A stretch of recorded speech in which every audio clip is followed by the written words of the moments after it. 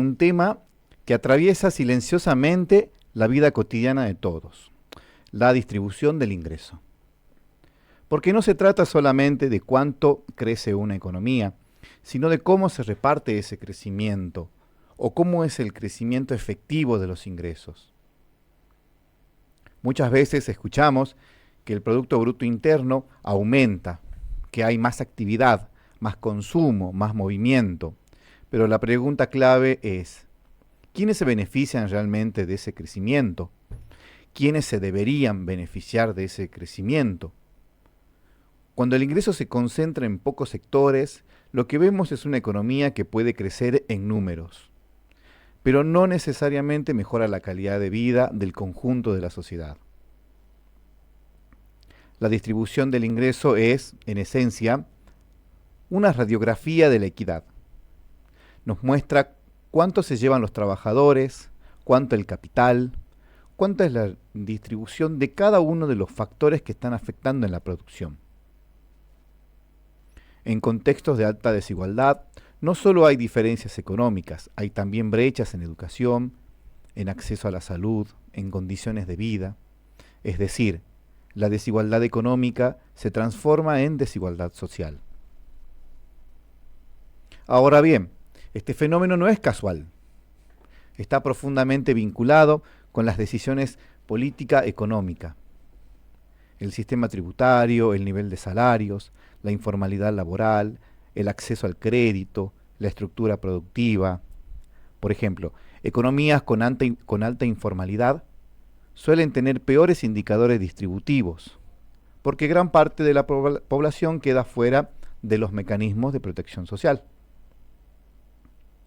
Pero también hay algo más profundo.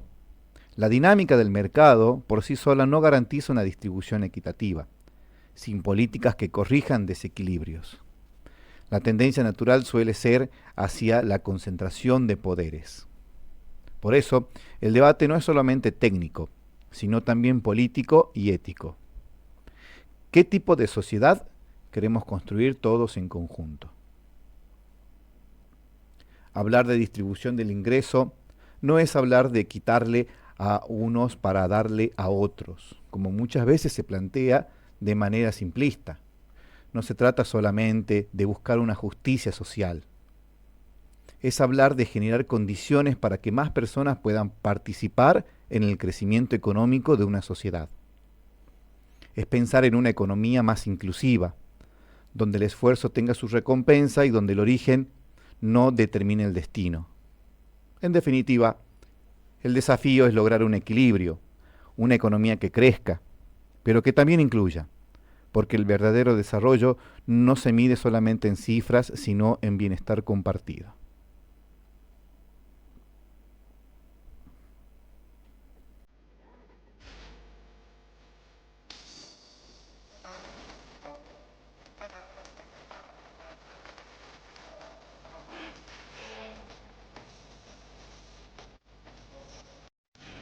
Bueno, muy buenas tardes, sean bienvenidos a este nuevo programa de Economía en Perspectiva.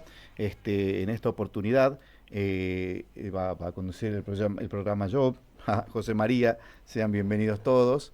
Gastón en esta oportunidad no pudo haber estado y vamos a tener una visita bastante importante y es la que constantemente maneja estos temas y es especialista en la parte de cuantificación, que es Valeria Muñoz, y enseguida, muy pronto, vamos a tener su presencia para discutir. Hoy, bueno, nos toca interpelar a los que nos están oyendo respecto a la distribución del ingreso, que es un tema que a todos nos interpela, a todos nos llama la atención, con una pregunta. ¿Qué explica, por ejemplo, que algunas personas tengan mayores niveles de ingresos que otros, que otras? ¿Qué está explicando eso? ¿Qué está sucediendo? ¿Qué fenómeno está pasando de por medio? Por otro lado, es un tema de economía, es un tema de política, es un tema de decisión de toda la sociedad en conjunto, de unos pocos o de muchos. Por otro lado, otra pregunta que intentaremos responder es ¿cuál es la diferencia entre crecimiento económico y distribución del ingreso. ¿Qué lo separa? ¿Qué mantiene distancia entre esos dos fenómenos que estudia la economía? Y por supuesto, en consecuencia de esta pregunta, nos podemos preguntar, ¿se puede tener crecimiento sin mejorar la distribución? Son preguntas que intentaremos medirlas, intentaremos responderlas y discutirlas en el programa. El INDEC, las semanas anteriores estuvo presentando el nivel de pobreza de Argentina y de sus 31 aglomerados. Posteriormente publicó el informe de distribución del ingreso a nivel nacional, que es la evolución de la distribución del ingreso, y este fenómeno INDEC lo mide porque es la autoridad competente. O sea, INDEC es quien tiene las cifras oficiales en términos de institucionales para medir y cuantificar estos indicadores. Y bueno, y para Salta, de forma particular, el Instituto de Investigaciones Económicas pudo hacer un brochure, un resumen de los principales indicadores, pero para Salta, en donde observamos que para el tercer trimestre de 2025, para la provincia de Salta, el ingreso medio de cada uno de los pobladores es 732.000 pesos, que es lo que estamos viendo justo en pantalla. Al mismo tiempo, se calcula que está el índice de Gini a 0,44 puntos. Otro indicador en el cual vamos a discutir es la brecha de ingresos, que lo que te dice es, divide la población en deciles, en 10 partes. Entonces, las personas que reciben ingresos en el primer decil comparado al décimo decil, aproximadamente es 6 veces la distancia, el rango o la brecha. Y por supuesto, cerca del 26% de todos los ingresos que se generan en una economía está captado por el decil número 10 o el decil que recibe la mayor cantidad de ingresos. En términos de concentración, podemos ver que el 62% de los ingresos de una persona son laborales y el 38% aproximadamente son de fuentes no laborables o de fuentes que no son de la actividad principal. Es así que, bueno, le damos la bienvenida para que nos comente un poquito más sobre esto a Valeria. Hola, Vale, ¿cómo estás? Hola, ¿cómo estás? Mil disculpas la demora, No, no hay inconvenientes con problema. el tráfico, pero A listo. todos nos pasa. Sí, Justo estábamos hablando del coeficiente de Gini, que para Salta nos da un 0,44 puntos en tantos por uno, ¿no? sí, hay que tener en cuenta primero, no sé si explicaste, qué es Gini, Sí, sí. porque muchos se confunden y piensan que es una medida de ingresos y no, es una medida de igualdad. Lo que se utiliza con el Gini es para ver qué tan iguales o desiguales estamos entre nosotros mismos, o sea, entre la población. Como vemos que está en un 0,44, está más cerca a cero, lo que nos está diciendo es que la población es más igual en lo que es ingresos. Siempre hablemos que nosotros estamos trabajando ahora en lo que es ingresos. Entonces lo que nos dice es de que la población, en una perspectiva, digamos, de igualdad de ingresos, está prácticamente equitativa.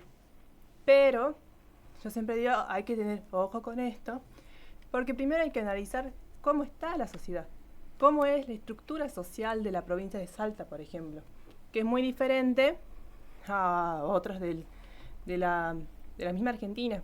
Yo siempre digo que la Argentina es muy rica en el sentido de diversidad social y podemos verlo siempre en las provincias. La provincia de Salta recién está transitando a lo que se llama un desplazamiento demográfico o lo que se llama también, digamos, un cambio en la pirámide poblacional, en la que vemos que se está volviendo una provincia, como la mayoría ya que está transitando, envejecida. Sí, es cierto. Inclusive se ve en las noticias o en algunos otros informes la baja natalidad, ¿no? O muy bajas Sí, sí. personas que están naciendo. Y eso hace que la pirámide poblacional deje de ser una pirámide y empiece a convertirse en un rombo. Ujú. Es decir, que se empieza a achicar la parte de abajo y se empieza a ensanchar la parte de arriba. Y eso también trae consecuencias. Hay muchos ya países europeos, asiáticos, que lo están transitando a todo este cambio demográfico. Y vemos que con qué comienza, con la población económicamente activa, con la población que puede entrar al mercado laboral, tiene que empezar a trabajar, tiene que empezar a aportar.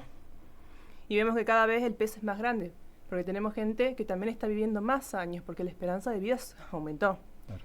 Casi es 80 años. Entonces, no deberían, ya la gente que ya pasó, ya se jubiló, seguir trabajando, cosa que sigue ocurriendo, pero, como siempre digo, vemos que la población está medio ya grande, y esta población que ya es jubilada y demás, tiene una jubilación mínima.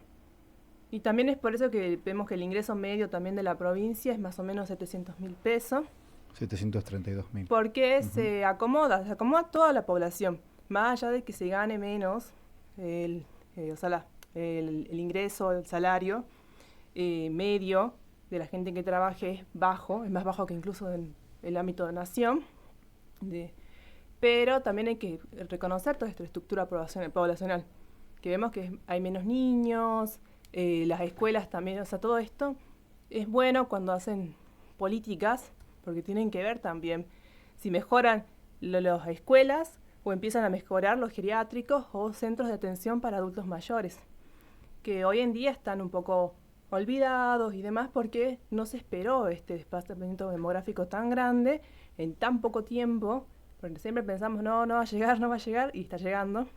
Entonces va cambiando, se va modificando.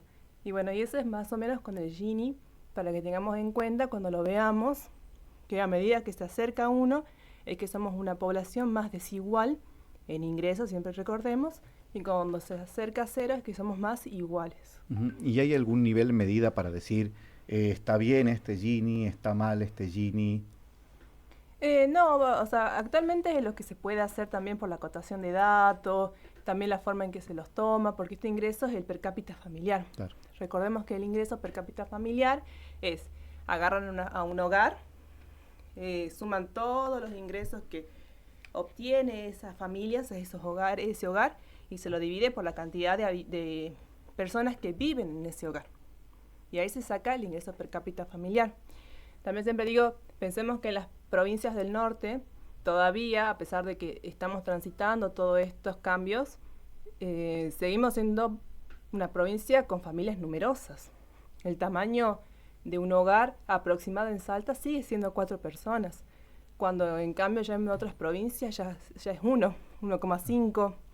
Entonces seguimos pensando que el ingreso se lo sigue dividiendo por muchas personas. Bien.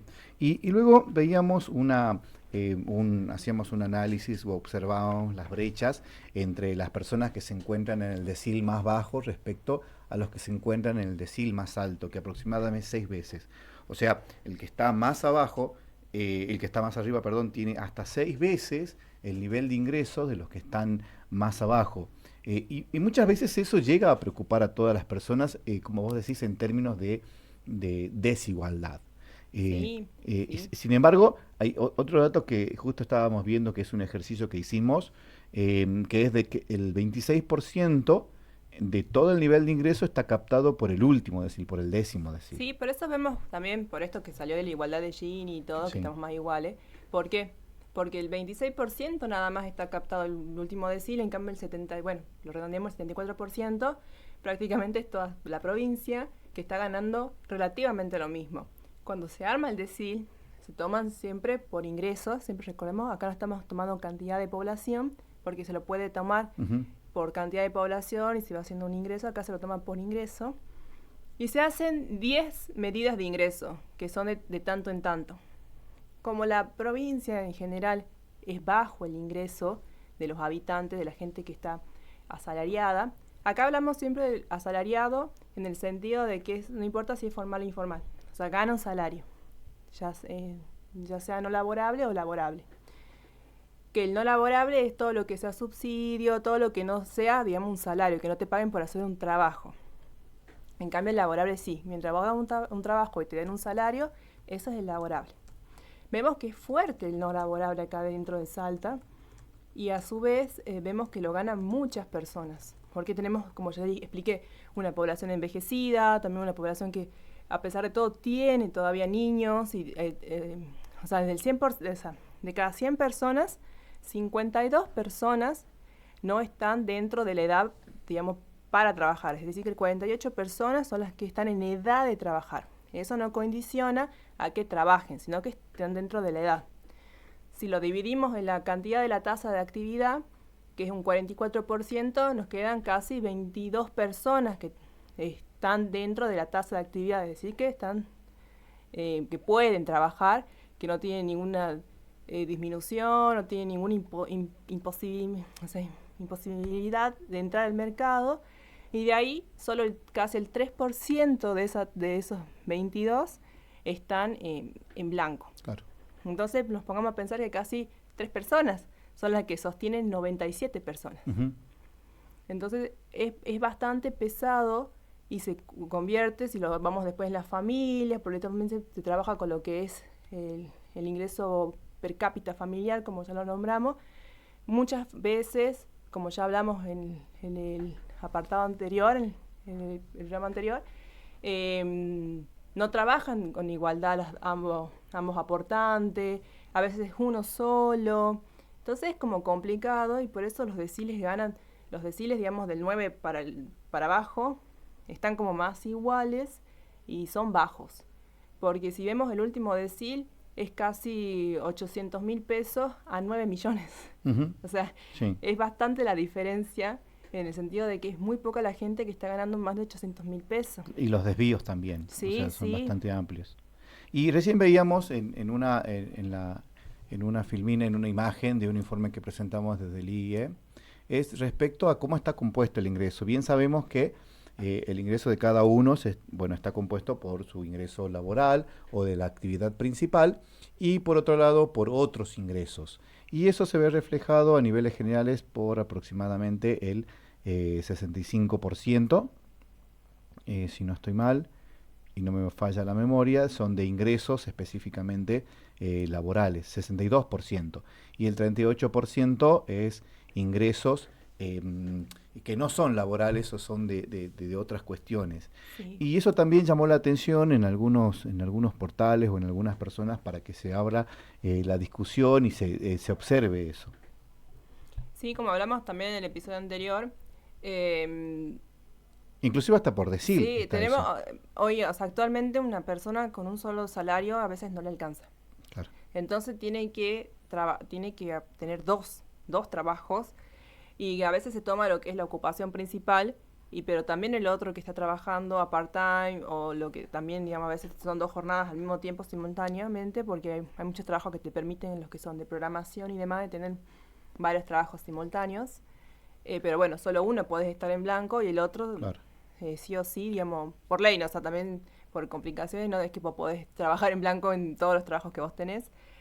Y eso a veces lo ocupan lo que es la principal, que es Sí. el que a veces el que aporta más también lo toman, porque esta es una pregunta que es subjetiva. Cuando te preguntan de la actividad principal, puede ser que vos lo tomes como el que mayor te aporta o como el que estás en blanco. Y esto lo veíamos también la semana pasada con Gastón, ¿no? Hablábamos de que las personas están sobreocuparse. Hoy la cantidad de sobreocupados incrementó a comparación de otros periodos. Sí, hay muchos demandantes ya, o sea, Sí. gente que tiene empleo y que sigue buscando empleo, o sea, no Claro. es que está trabajando doblemente, sino que sigue buscando porque no le alcanza y está o esperando encontrar algo mejor o encontrar algo paralelo que equipare al poder sostener a su casa, a su hogar. Sí. Y si bajamos un poco más en el informe, vemos que hay una relación negativa entre los deciles y el ingreso laboral o no laboral, ¿no? O sea, a mayor decil, o sea, a menor decil en todo caso, mayor presencia de ingresos no laborales. Sí, lo que pasa es que también hay que ponernos a pensar que Ahí a está, veces mirá, los ese es el deciles, gráfico. los deciles más bajos también son de los estratos más bajos y son los que más viven o subsisten, más decirlo, con los no laborables, que son los subsidios y demás ingresos, porque también ellos no tienen una ocupación en blanco, muchos tienen pequeños trabajos part-time, o lo que se llama la famosa changa, y son trabajos que no le aportan tanto como el no laborable. Entonces, por eso los estratos más bajos, o sea, los deciles más bajos, se los asocia con estos estratos. Cuando hablamos de estratos, es más o menos como trabaja la pirámide de ingresos, que son los estratos, digamos, de clase baja, clase media baja y demás, que siempre hablamos, como siempre decimos, de ingresos. No estamos hablando de lo que es la estructura ni de lo que es lo social, sino que siempre hablamos de ingresos. Entonces, es muy fuerte la presencia de esto. Entonces, a medida que vos vas creciendo también en el decil, también se te van acortando los no laborables, porque vos, al tener ciertos ingresos, ya no te corresponde el no laboral. O al tener cierta categoría, por ejemplo, con el monotributista, con la figura del monotributista, con la asignación universal por hijo, por ejemplo. Entonces, eso también es, por eso es que le va sacando la presencia al no laborable a medida que vos vas subiendo de decil o de estrato. Bien. Bueno, si les parece, escuchamos un poco de musiquita. Te invito, Vale, a ver qué podemos escuchar, que nos pone Ariel, y enseguida volvemos. Aruna, Red Nacional